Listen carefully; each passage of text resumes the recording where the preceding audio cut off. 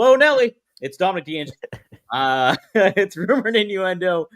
I'm a badfreeshows.com, SEscoops.com, and hey, TrueSportTV.com. And yes, your eyes do not deceive you.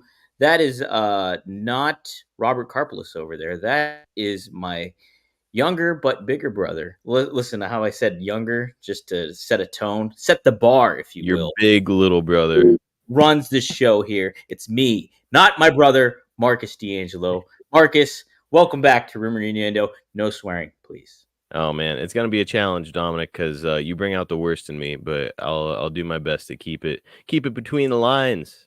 I'm glad to be back here on Rumored Innuendo. It's been a minute. It has been a little bit of a minute. We got some good things to talk about, including your pro wrestling debut. We have to preview WWE Crown Jewel, the badly, I don't know. It's just a fake pay-per-view. It feels like basically, or those Saudi pay-per-views. But we'll talk about that. We're going to talk about Cody Rhodes' comments on certain topics, and then there was something else. Oh, the little nugget. I don't know if you saw about ROH and maybe what's to come for that. Oh my!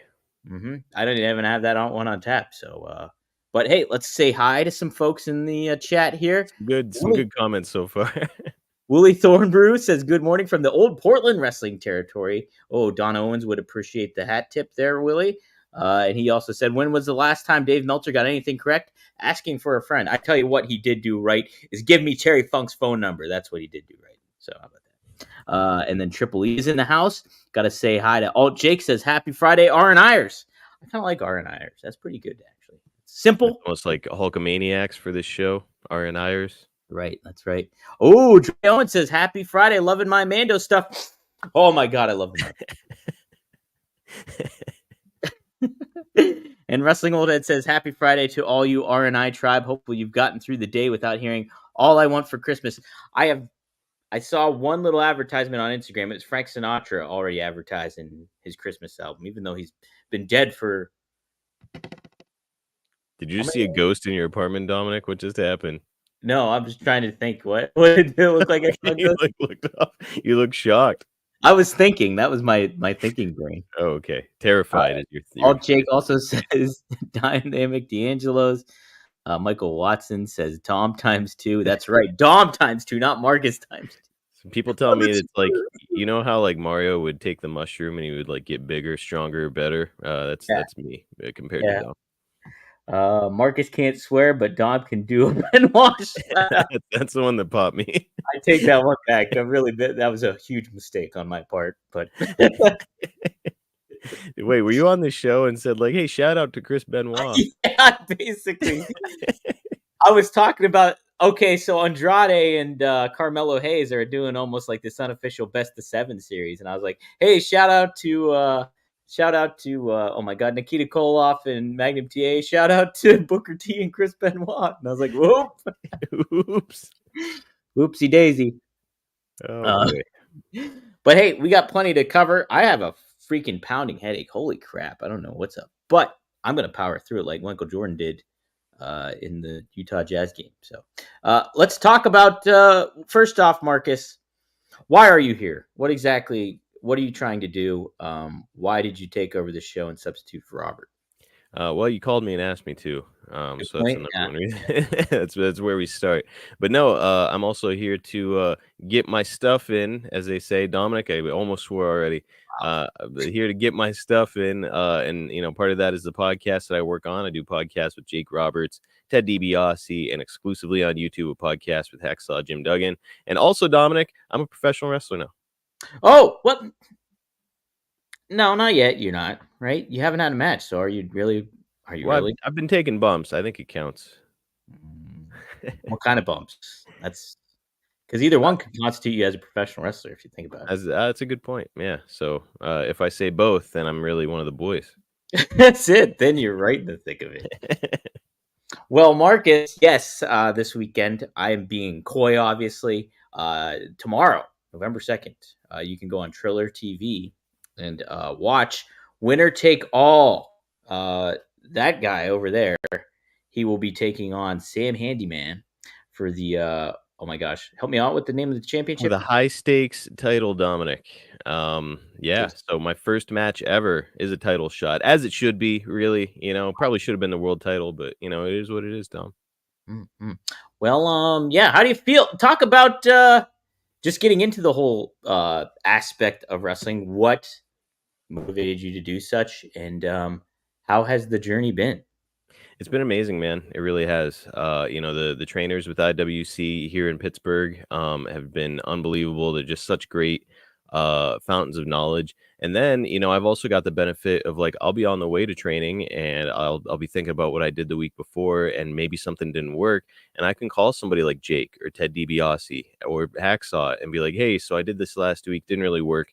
Why do you think it didn't work, or what can I change? They give me advice, and guess what, Dom? Their advice always works. So it's incredible to have that opportunity to talk to these guys and kind of learn from them. But really, Dom, it's been like this incredible slow process. I started back in March with the idea being that I would like to give this a shot and just kind of capitalize on the relationships that I have in wrestling and the position I've put myself in as a podcaster.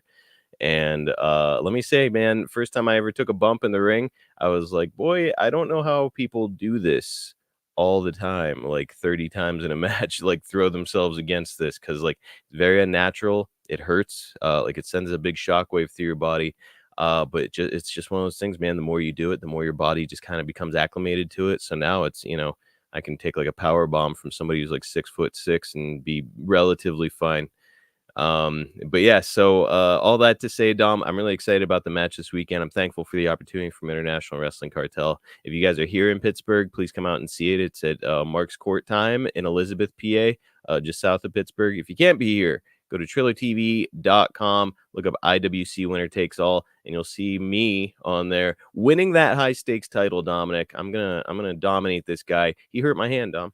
Hurt my hand. Yeah, you've copped a bit of an attitude since you've taken this role over, Marcus. Not just as this wrestler, but as this backstage interviewer. You have a little bit of an ego. I think it needs to be put in check a little bit, Marcus. Hate that This you is would just say those words to me out here, but the fact of the matter is, Dom, that I'm bringing a lot to the table for IWC. A lot of these jabronis back there, they think that they can kind of push me around and think that they're a big deal. They don't know what a big deal is yet, Dom. They're gonna find out tomorrow.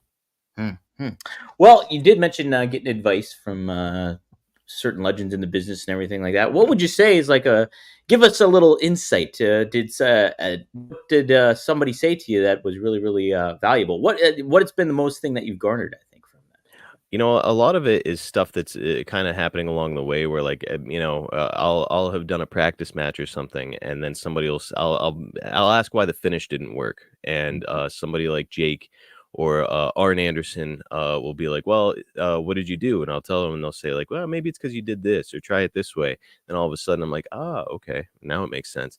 But probably the best bit of advice I got was, so after that first time, I woke up the next day and I didn't feel like I was dying from taking those bumps, but I was hurting, like I was sore, and I was like, people like Jake and these guys were doing this literally every day of the week during their run with the WWF, taking many numerous bumps, getting up, driving to a new town, and then doing it again and again and again. And so I was like, I don't know how they're doing this. And so I'm talking to Jake about it the one day. And I was like, hey, dude, like it hurts. And like my neck is stiff. Like, what is there some trick that I'm not thinking about? And Jake was like, there is. He said, it doesn't make any sense whenever I say this out loud, but it's true. He's like, throw yourself at the mat as hard as you possibly can. He said, when you do that, when you take a bump, and the way that he described it, he said, let's say that you're standing in a field and somebody's running at you and plows into you. You're going to take the majority of the blow. He said, but if you're running at that person as well and you hit each other, you kind of offset each other. And I was like, that does make sense. And so next time I went in there, I attacked the mat, as they say, threw myself down as hard as I could. And what do you know, Dom? It didn't hurt as bad. And then after that, it's the more I did it, it doesn't hurt at all now to take a bump, So it's, I mean, like, look, it hurts the surface level, but like your body becomes callous to it. Obviously, this is you think about when football players they have a game like my Jets won yesterday, by the way, and you think about The after effects. Did you feel it a lot still in the morning though? Like it doesn't hurt in the moment, but then later on you're like, oh my god, ugh. Or is it just kind of like, no, I'm okay, I'm used to it. How's it? There's like bumps and bruises, of course, with wrestling. So like taking bumps and stuff, I don't get sore from that anymore. But like every once in a while, somebody will slip and punch you in the face by accident. Or like the most recent thing that happened to me was that I took a knee to my thigh where I hit the guy with a move, and his knee was up and got me right in my thigh.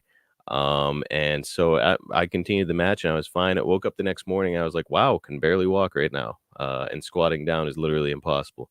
So it's like it's stuff like that now where it's like, nothing specific from bumping, but like, things happen in the ring, man. It's like when the guys say it's predetermined, it's not fake. That's real.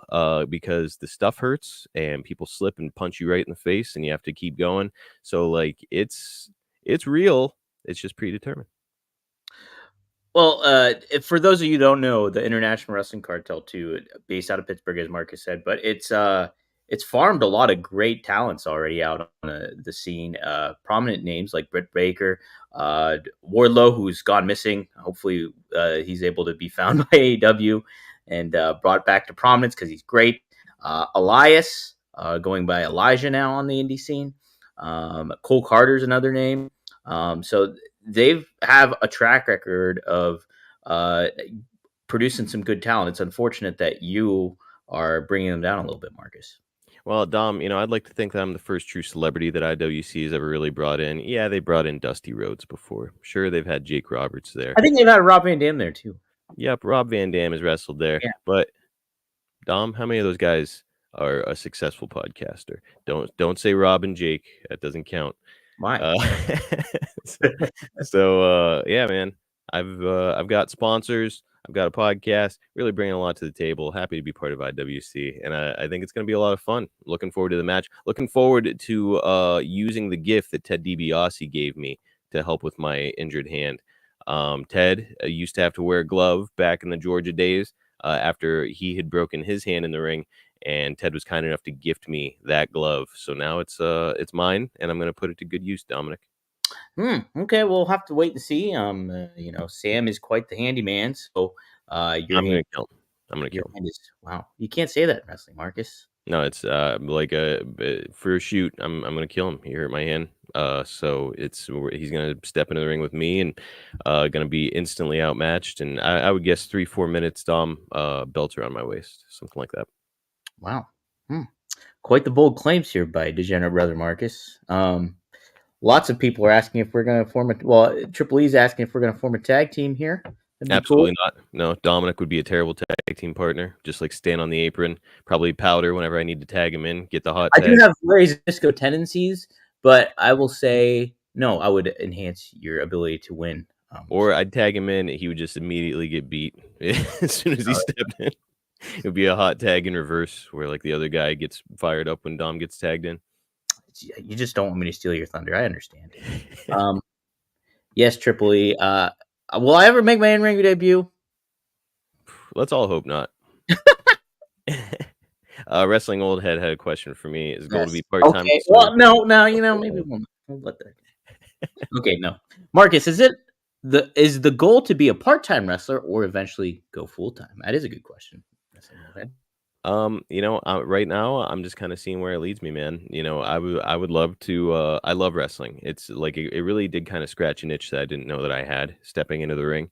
And so it's something I intend to do for a long time. Now, whether or not it becomes a full-time thing, I guess is up to me and my physical abilities, or up to chance, circumstance. So the long story short, we'll see. Yeah, Marcus is going the DDP route, entering the game late, but he's got his ducks lined up when it comes to life priorities and stuff like that. So it's a delicate balance. Marcus and I have talked off air how if he was in his early 20s and stuff like that, there would have been he was very athletic, and everything like that, and it certainly had the capability to do the athletic ability to do stuff, but the mental capacity and where we're with like the mindset was at, we kind of questioned like would it have worked back then for him? I think I was a little bit crazy in my early 20s, and so, like, some of the pitfalls that you hear about wrestlers falling into, I would have been very easy prey for them, where it's like, it could be, like, 1 in the morning wrapping up a show, I've got a show the next day, and I know I should go to bed, and somebody would say, "Hey, let's go get drinks," and probably before the sentence was finished, I'd be like, "Yeah, let's go." You would have had 3 down already. Yes, exactly. So, probably a good thing that I'm coming to it, now at the age that I'm at. And I don't know, Dom. We'll see. It's you said I was, and I appreciate it. A good athlete. Right now, I'm in the best physical condition of my entire life. Better than my 20s. Better than any other time in my whole life. A big part of that is wrestling. Another thing is I've been weight training like crazy to get my body ready for this. And so I don't know, man. It's right now I feel like my abilities are probably at their peak. Yeah. Well, I tell you what, from a physical standpoint, you look good. You look like you're ready to go. That attitude, though, might cost you, Marcus. Yeah, just a warning. Just a It warning. would cost a normal person, Dom, not me. Okay. Well, I'd say you're just average. Hey, Marcus versus Osprey at All In next summer. Well, it's inevitable. Yeah. Eventually, I'm gonna have to beat Will Ospreay. Won't enjoy hurting him. I like his work, but I'll just do what I have to do, Dominic. Okay. Wow. Maybe get him on the podcast, Marcus. I'll talk to him whenever I meet him in the ring.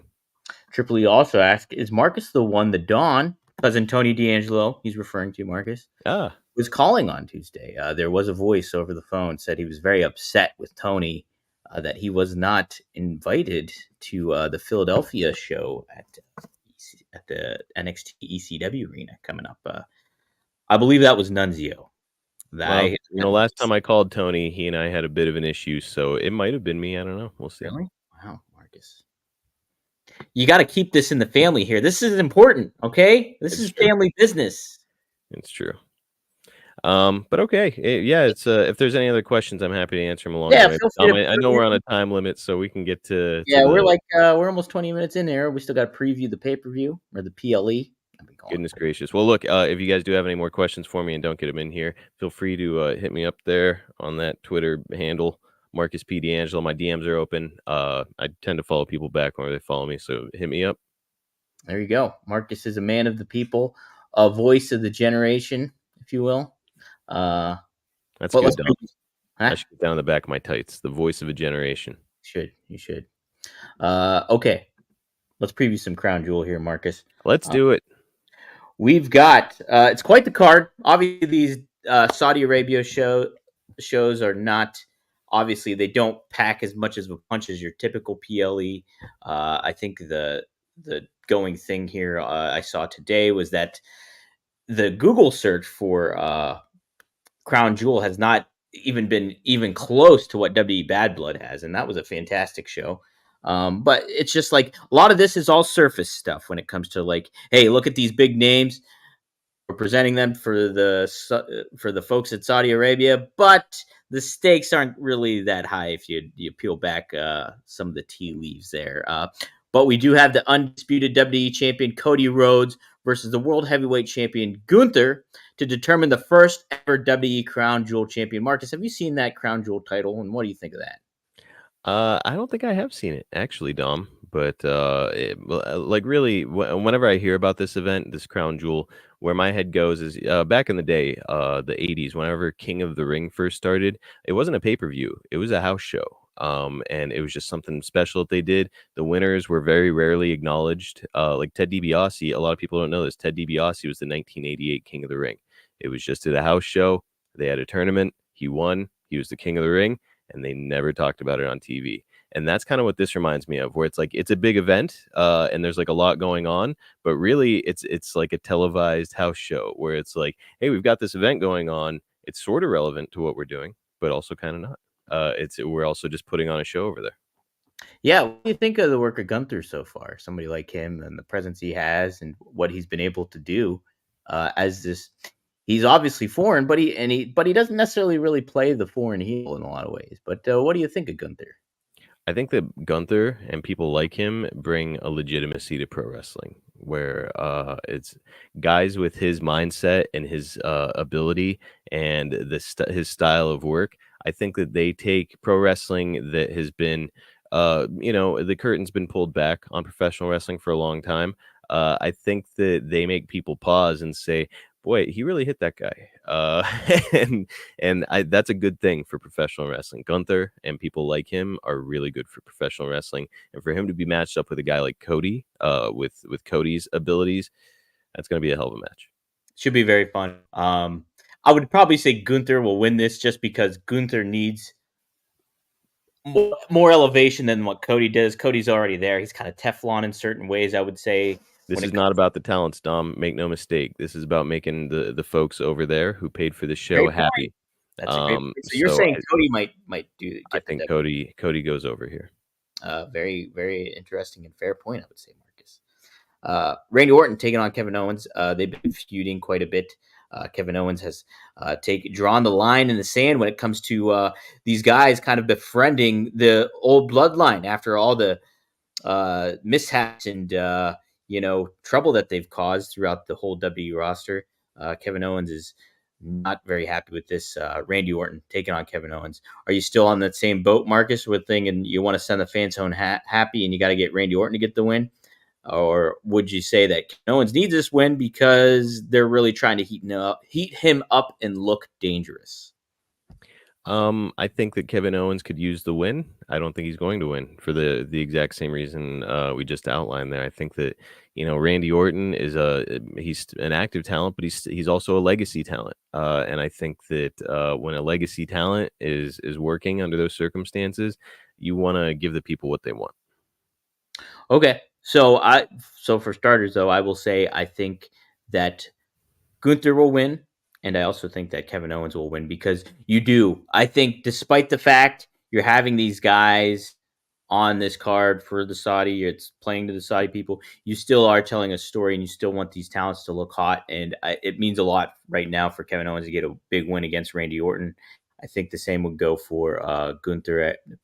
Actually, no. You know what? I will change my mind. I agree with you on Cody and Gunther, so I will do that one as well.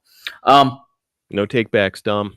I'm taking it back. Take it back. It's rumored innuendo, so it's it's all scuttlebutt, Marcus. Do you have an ad read to do, Dominic? Say what? Do you have an ad read to do right now? I'll just insert them afterwards. Oh wow. Okay. Well, Dom really becoming big time over there. All right, go ahead. I want to maximize your minutes, Marcus. I'm trying to be fair. Well, that's just good business. Okay, go ahead. Okay, you sure? I could do an ad read if you want. No, it's fine. Let's go. Okay. Spoiler, potentially, guys. I don't know. SmackDown's pre-taped, so we know what's going to happen here. I think, according to my other producer, Robert DeFelice, he said that they already made this announcement. But the old bloodline, Roman Reigns and Usos will be tagging up to take on Solo Sikoa, Jacob Fatu, and Tama Tonga in a triple tag match here. Seems a little premature considering all the stakes that they've been setting for Survivor Series and War Games and stuff like that. What do you think of this matchup, Marcus? Again, big names involved here. And what do you any thoughts on to how maybe you would navigate this kind of delicate situation when it comes to keeping this feud hot despite already giving a match away like this? Yeah, I think you said it a little premature. So if I were booking it, I think that I would do some kind of a non-finish on this one, especially if you're going to be sending them home happy with the main event with a straightforward pinfall finish. Same thing with Orton. I assume there's going to be a pinfall finish in that one. I think that a non-finish in this, but a hot non-finish is a good way to kick the can down the road. Ooh, I like that, Marcus. We usually say who wins or loses, but I think a non-finish is a fair prediction. I'll go with the heels just to say that you need to keep it. No, I'll go with babyfaces. The babyfaces on this one. So man, you were just flip flopping. I'm all over the place here. I'm like a politician with election week coming up. LA Knight will defend his WWE United States Championship against Carmelo Hayes and Andrade in a triple threat match. Like I said, Carmelo Hayes and Andrade have been having a memorable series here. LA Knight, I don't think has been packing as much as a punch as WWE might have liked him to with this United States Championship. But Yeah, Marcus, you feel I'm feeling we might get a title change here. This Saudi Arabia, make it No. feel like a big deal. No, You're this is a good way like, as you said, maybe not packing quite the punch that WWE wanted. I think that this is a good way and a good place to kickstart him. Let's remember that these fans don't get to see LA Knight very often. So, he's going over to a place where I think, he's gonna get a really nice big reaction on pay-per-view or at this premium live event. He's gonna get this really big reaction over there, and I think that it could help to elevate the perception of him as a champion. So I'm saying LA Knight and Carmelo Hayes is gonna lay down for him. You make a compelling case. I'm going to say Andrade. I think Andrade just needs to. He's made his return to WWE. He's kind of he's been great at what the role he's been positioned in. He's having amazing matches. I think getting the title on him, a title on him, finally would do him some wonders, and maybe create some a cool potential dynamic between him, LA Knight, and kind of maybe give LA Knight a little bit more teeth, if you will, to sink into with when it comes to more of a feud and everything. There's a lot of equity in LA Knight with the Slim Jims thing and the perception of him everywhere right now that he's all over the map. So I think that WWE capitalizes on the equity in the LA Knight name. Okay. Big fun feud that's been kind of going on Raw is Seth freaking Rollins taking on Big Bronson Reed. Bronson Reed took Seth Rollins out for weeks on end with the I believe it was 5 or 6 tsunami splashes. But now they're duking it out. It's chaotic. Who do you put over on this? Bronson Reed is trying to create a name for himself. Getting an emphatic win against Seth Rollins would do that trick, I would think. Yeah, this is a tough one because again, it's what the fans want. They want to see Seth Rollins do his thing and get the win and all that. But I do think that Seth Rollins can do the job, but still end the match on a high note. Meaning maybe he'll take the loss, but still hit the guy with his finish at the end. Just leave them feeling happy and good about it. So I'm gonna say that Bronson Reed needs this more right now, and maybe it's the optimist in me hoping that WWE will do the right thing. But I'm going with Bronson Reed.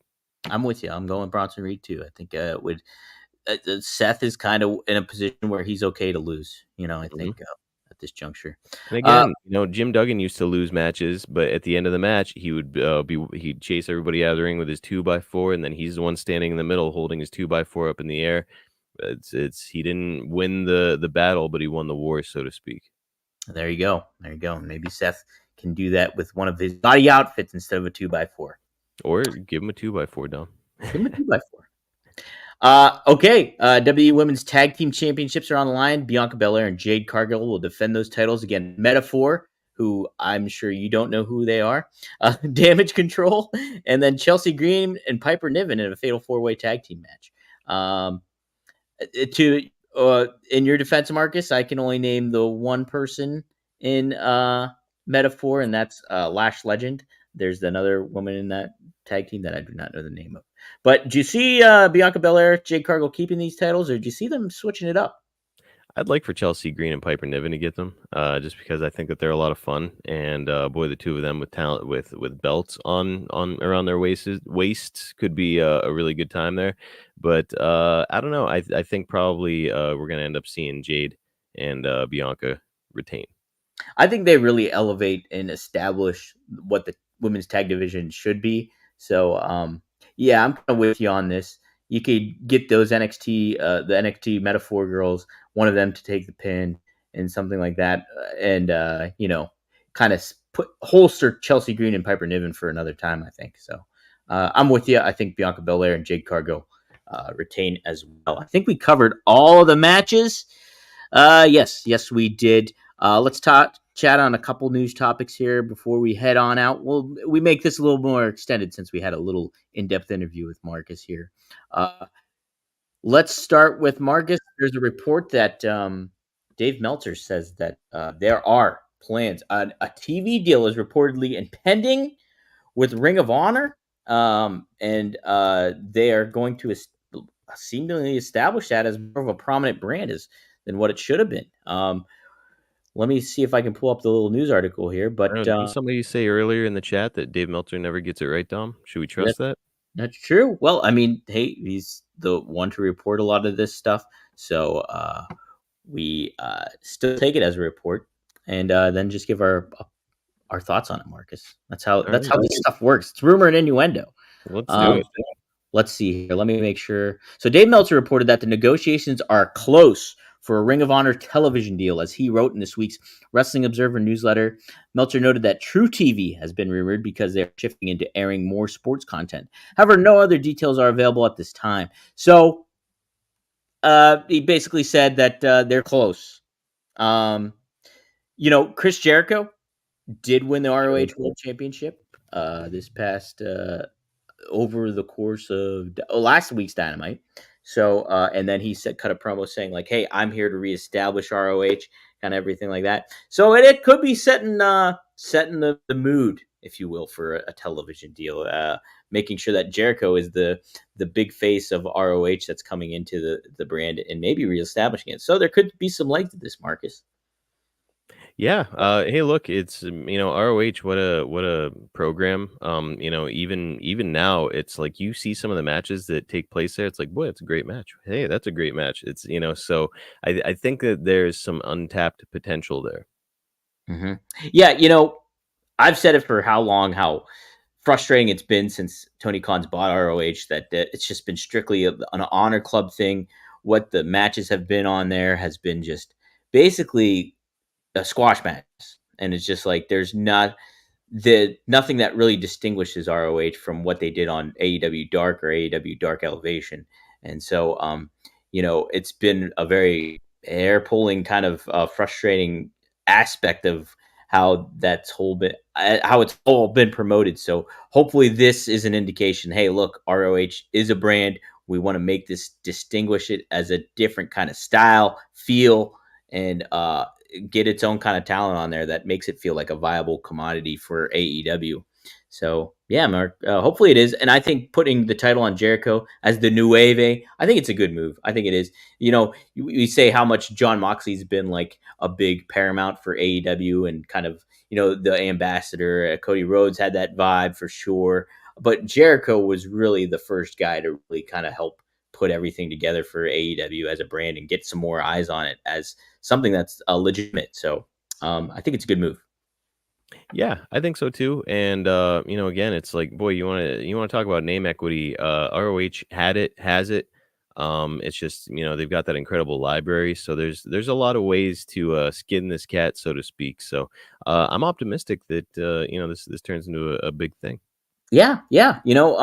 I think you're right. I think it's a good opportunity. Hopefully that they do that and make ROH feel more like what it should have been and what it used to feel like. So, Yeah. let's see here. Here we go. Cody Rhodes had an interview. Trying to find the name of the podcast. I think it's called Fragmented Podcast. I think that's what it was called. But either way, Flagrant Podcast. And he was asked about why he plateaued as a character during his first run in WWE. Cody said he wasn't in the good enough physical shape. It's important for wrestlers to focus on their physiques in order to reach the highest level of success. And he used Gunther's name to back up his point. Okay, so here's his quote, Marcus. This is a vanity business. If you're trying to be on the come up, you've got to get in the best shape of your career. I'm a guy that's getting ready to wrestle at Crown Jewel. His name Gunther. He used to be on the independent scene named Walter. And Walter was very, very, I don't want to say overweight, but he was not a muscle, you could see on him. A big, hefty, chop a tree down killer dude. The manifestation of his goals is right there in his physique. You can see he's gotten in the best shape of his career. He looks incredible. He looks the part. And there's this weird online contingent that doesn't realize how important that is. We are wrestling with our shirts off, folks. You are standing next to some of the best athletes in the world. It's okay to go to the gym. We have what we call effort shamers. And then you'll hear fans say, you can't body shame wrestlers. What are you talking about? We're standing there half naked and you've paid hundreds of dollars to see us. You can body shame me all you want. But kicking back, that was the thing. I wasn't in great shape. I filled the spot as Dustin's tag partner. You'd done really well at that point. Should have been focused on getting their best shape of my career, having the best promo, and most importantly, should have fought the little battles. Hey, I don't want to team with my brother today. Hey, I don't want to come out to his music. Wrestlers, you can tell when they're in the best shape of their career. They want it. They want it. currently. I know it might seem toxic and stuff, but amongst the boys and girls, everyone is saying, who does your diet, who's training. Like, it's a whole nother health conscious now to WWE. I love that. We're trying to look our best. Marcus, you're somebody that has been training to become a wrestler. I've known and seen the work that you put in and the dieting that you've done, everything like that to kind of look your best for your debut. What do you think of Cody Rhodes' comments? What do you think of the body shaming aspect of the social media realm getting into play? How do you navigate this, not just as a wrestler to be, but a fan? Like, do you think it's fair? It is. It is. The fact of the matter is that what we as wrestlers are selling is the perception that like these are people that are a step above the average human. If you come to a wrestling show and the guy takes his shirt off and he looks like the drunk dude that you saw outside of 7-Eleven the one night with his shirt off, that is not good because he's just a dude at that point. You've got to be more than just a dude. You've got to have something to you. And if that means being in great shape and having incredible abs, then great. Now, there is something to me that's a little bit ironic about this whole thing, and that's the fact that Cody Rhodes is saying this. Cody Rhodes' father is not what you would call a body guy, right? No. A guy I work with, Jake the Snake Roberts, not a body guy. So there's a lot of guys out there that have proven that formula is not necessary in order for you to have success. However, what did Jake and Dusty Rhodes have in common? Both incredible promos, both incredible characters, and both incredibly believable. Did everything with like a lot of conviction. And so I think that if you aren't going to be a body guy, you better have charisma coming out of your ears in order to make it in this business. If you don't have one or the other, you're going to struggle. You're going to struggle.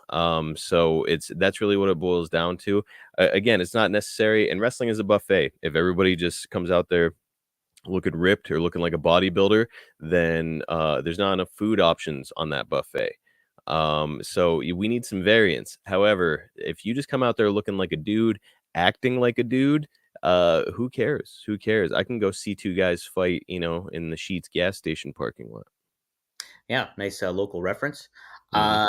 I'm with you, 100% with you. I think you look at what other sports do and the requirements it comes to be a peak premier athlete, not necessarily a physical appearance for like an organized sport, whether it's football or baseball or name what have you. But there's a lot of tools that go into play with being the best athlete and making a team and achieving your dreams when it comes to that.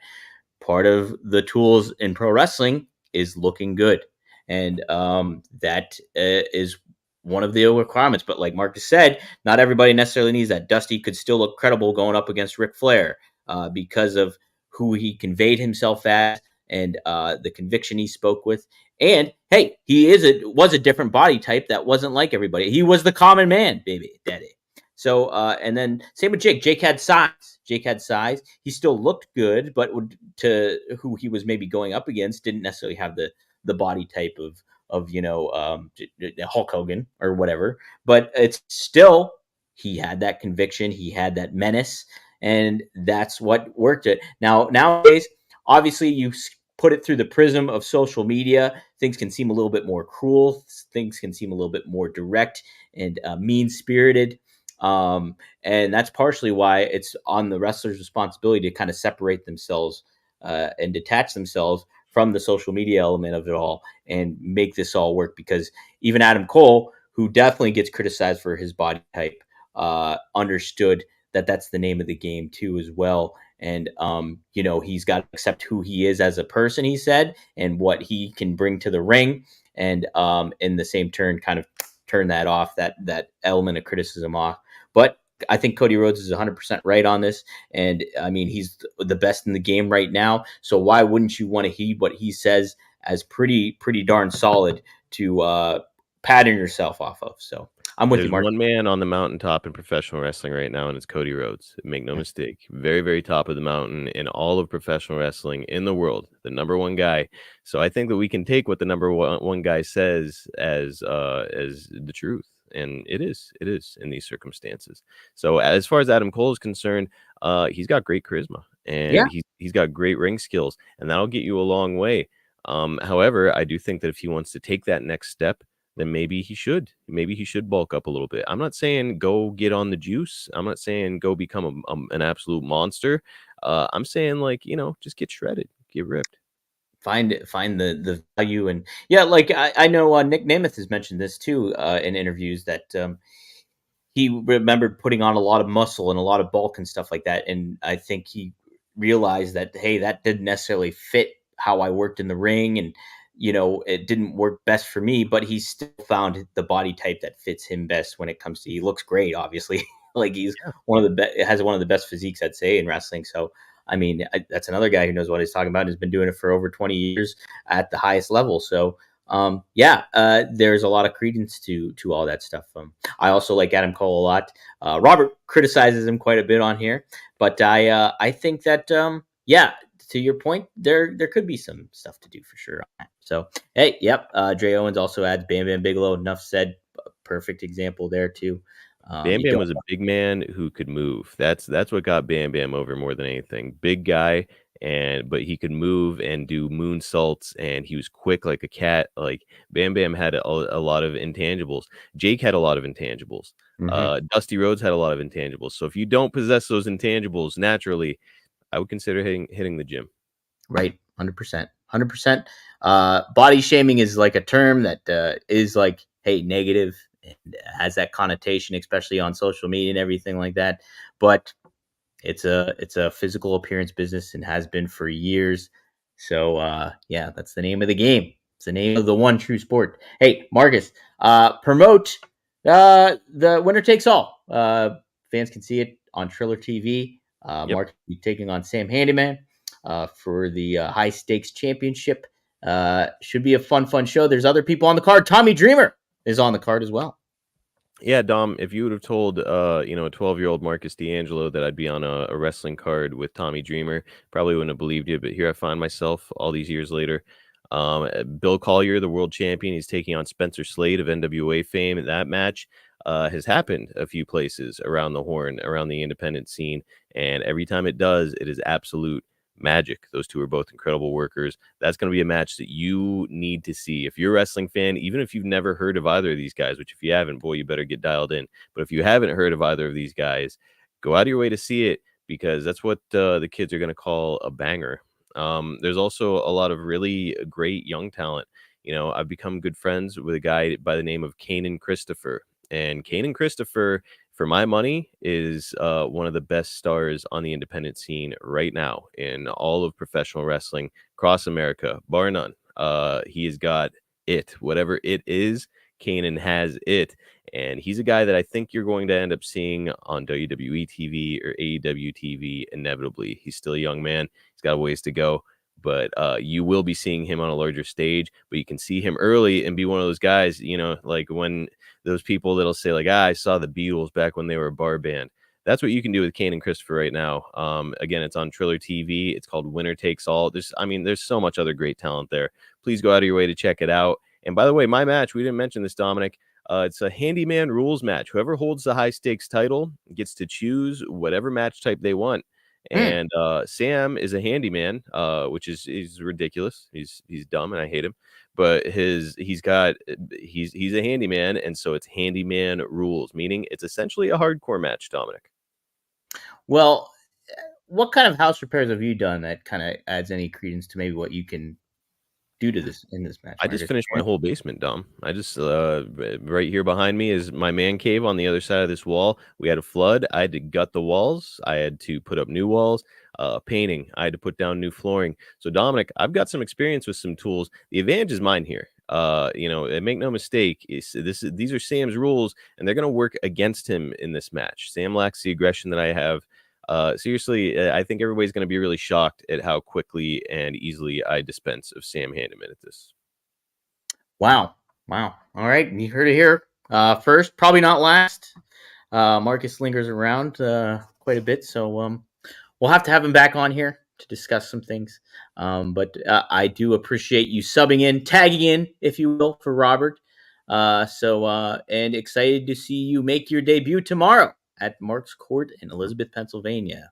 If you're in the area, be sure to Yeah, look and up. by the way, I'll be hanging around after the show, so make sure to come by and say hey if you are in the area and you see the match. Love to meet you. Yes, yes. Would you though? Well, you can give me $25 and I'll have to do a picture, autograph. Okay. Okay. Wrestling old head, tell me good luck. Thank you, sir. Appreciate it, and appreciate everybody who tuned in today. Appreciate all the questions, and again, please give me a follow, Marcus DeAngelo on X, and please check out the podcasts that I work on. They're all phenomenal. It's incredible getting to pick the brains of guys like Jake, Ted, Hacksaw, and by the way, Lance Archer for crying out loud. I do Oh a yeah. podcast with Lance Archer called The Hawk's Nest. As a matter of fact, we're going to be going live on the One True Sport YouTube page, One T Sport rather YouTube page this Sunday. Lance and I are going live, so the day after my match. So I will have a new championship belt on that podcast slung around my shoulder. Wow. Yeah, and can you give some feedback? Lance can give you some feedback, some harsh criticism, maybe potentially. You want to talk about a dude who's smart to professional wrestling? Boy, does Lance Archer have a lot of knowledge. Dom, am I invited to join only wrestlers? Triple E wanted to know. Oh yeah, you probably definitely could. I would say. Yeah, that's RVD's new platform. Check it out, onlywrestlers.com.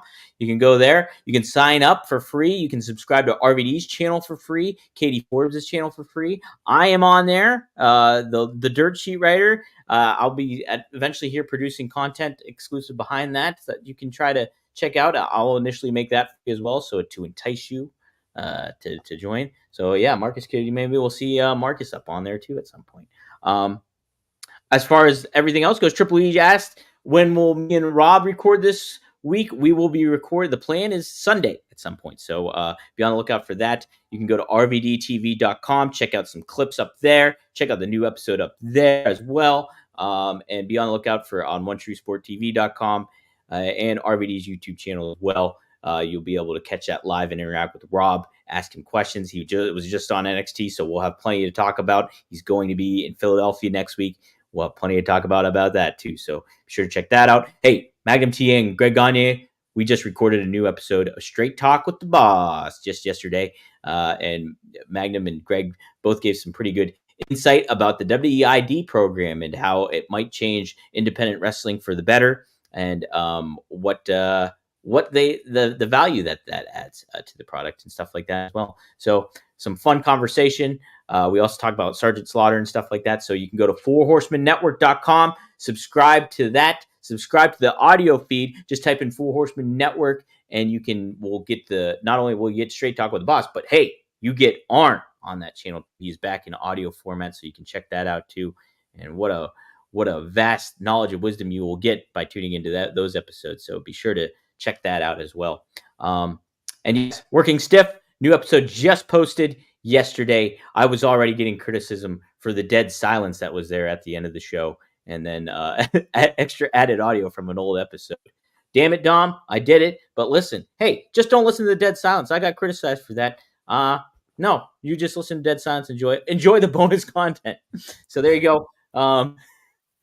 Also, Scott and Robert will be sure to record a Patreon exclusive for Working Stiff. Look into subscribing to that as well. They funny dudes. They can swear on there, unlike this show. So be sure to check that out. All right, plugs are out of the way. I have to insert ad reads after this. And Marcus, looking forward to seeing you go up against Sam Handyman tomorrow. So should be a lot of fun, Dominic. And yeah, hope everybody can tune in Trillo TV if you can't be there locally. There you heard it there first. So I want to wish everybody a happy weekend. Enjoy Crown Jewel. Hey, enjoy maybe turning into Winner Take All. And hey, everybody, best of luck in your future endeavors. Marcus, you got to say something witty just to close everything off like I usually do. So what do you got to say? Catch you guys next time on Rumor and Innuendo.